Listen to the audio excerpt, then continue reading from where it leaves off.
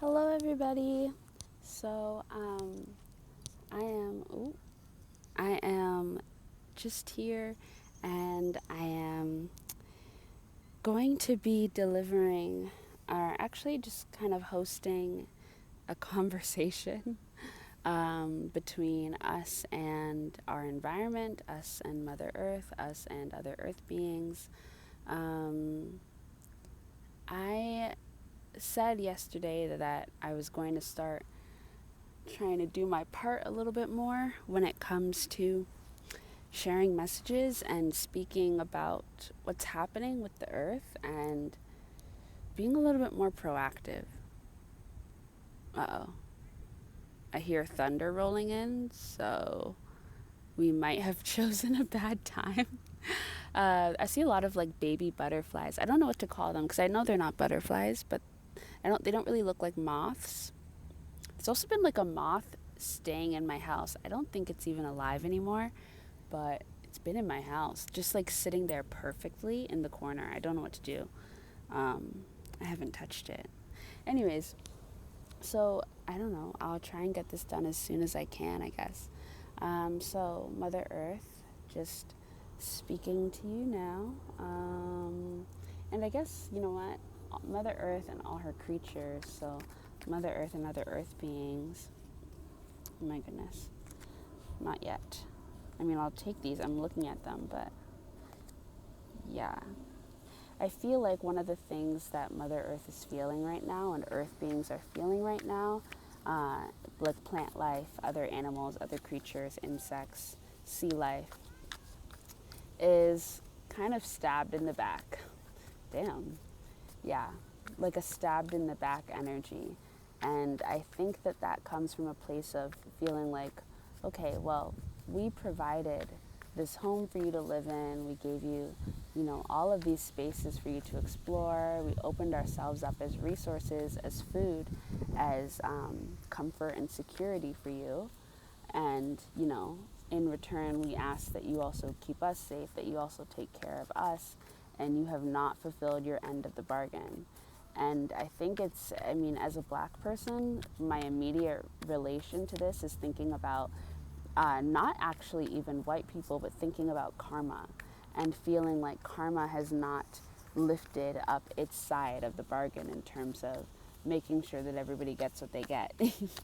You know what I mean? But I feel like in the same way that I have to separate myself from the karma of those who have hurt me, I almost feel like telling Mother Earth and other Earth beings that aren't human beings that they need to separate themselves from the karma that is waiting for human beings, which is so like for me because I am a human being. But, just in terms of being an advocate for Mother Earth and for other Earth beings, like, yeah, we have our karma coming. And seeing the liveliness, because I've been seeing a lot of creatures that I just hadn't seen in a long time. I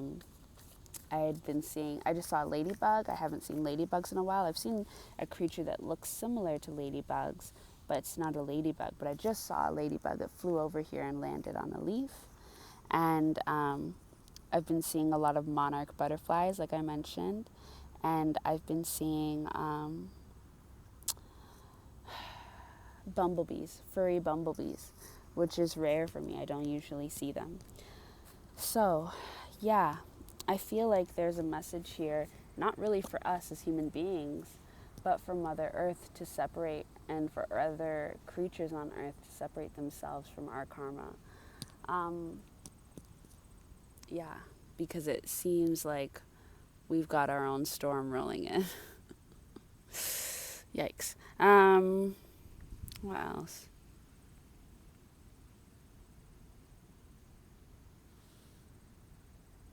Mm.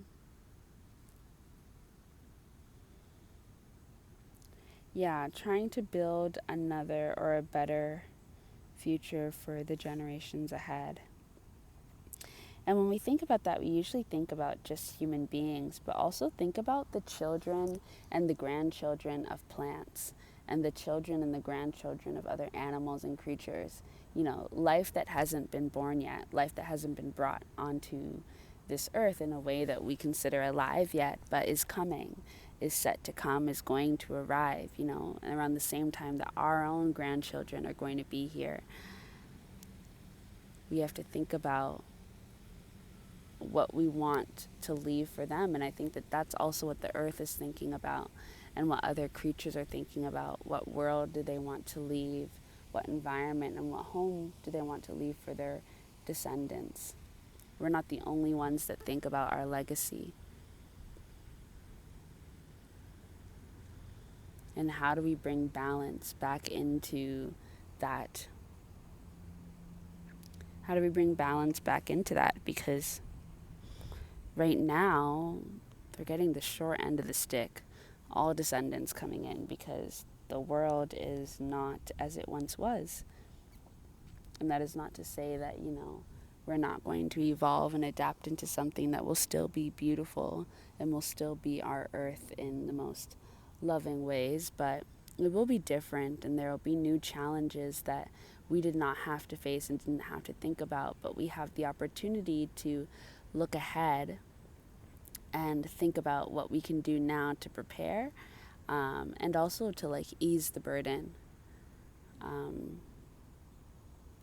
And we do that how? By looking at the past, I guess. Because, like I said, the earth has gone through many evolutions and has survived. Now, certain creatures don't always survive along with her, but she does go on.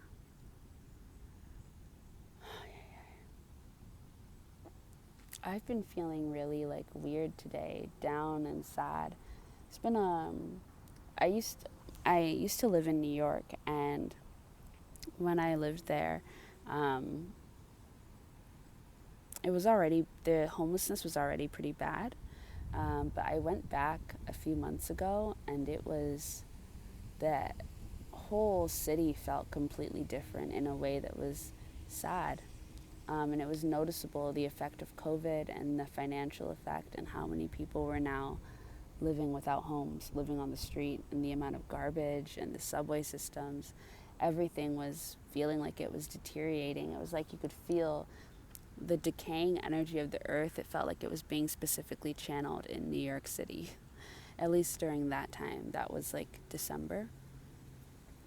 But yeah, it felt like you could really strongly feel that death energy. And the rebirth felt like it was harsh. And that's why I was saying a few months ago, when I was really heavily talking about, Earth is going to be reborn, but when she's reborn, what kind of birth do you want that to be? Because the way you come into this world sets the foundation for the life that we have in this world, and the new life of Earth, her new beginning. We're at a really important time where we have the ability to decide how we want things to be shaped, how we want our new beginning to be shaped. And there are rebirths that can go less than favorably. And I feel like that's what happened in New York. COVID was like a reset for everyone. But in New York, the aftermath of that, which you could call the rebirth of that, it wasn't good, because people were not being taken care of. People were abandoned. When you abandon a place and run off and expect it to hold on to its magic even as it's dying and pleading for help, you can't expect anything other than a traumatic new beginning, And if that is the connection in relationship to newness, then all ideas and energies around change then become traumatized and become, and you enter into a state of constantly needing to heal the root, rather than the root already being strong and established in an empowered way. I almost feel like the storm is waiting for me to finish, which I'm very grateful for. But, yeah. I am somebody who has a lot of hope, mostly because I have to, because I don't want to imagine that I am, leaving my children a world that they can't survive, you know? So you have to have hope. And I feel like seeing all of these creatures is a sign of hope.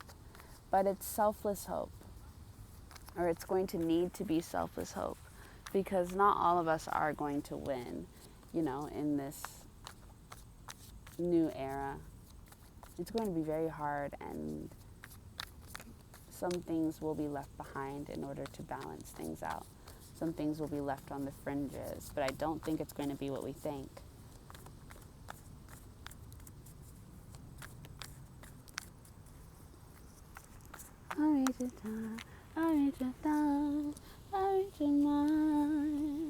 Yeah.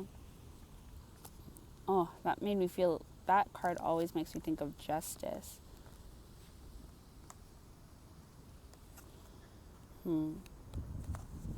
Yeah, the meek shall inherit the earth is the term that keeps coming to mind. Which I think it's good. Like I said, I'm hopeful about the future, but, you know, reality will need to settle in. Oof, I feel like wolf energy. It's just a very eerie energy in the air. I don't know how to describe it other than eerie. It's not bad, but it is a little, you know, I don't know. I feel like going home. Not like I'm in danger, but, you know, like I should just go home. So I think that's exactly what I'm going to do. Ah, 9 of coins. Independence. Okay. Yeah. I guess this is all. I guess this was the message. So goodbye and thanks for listening.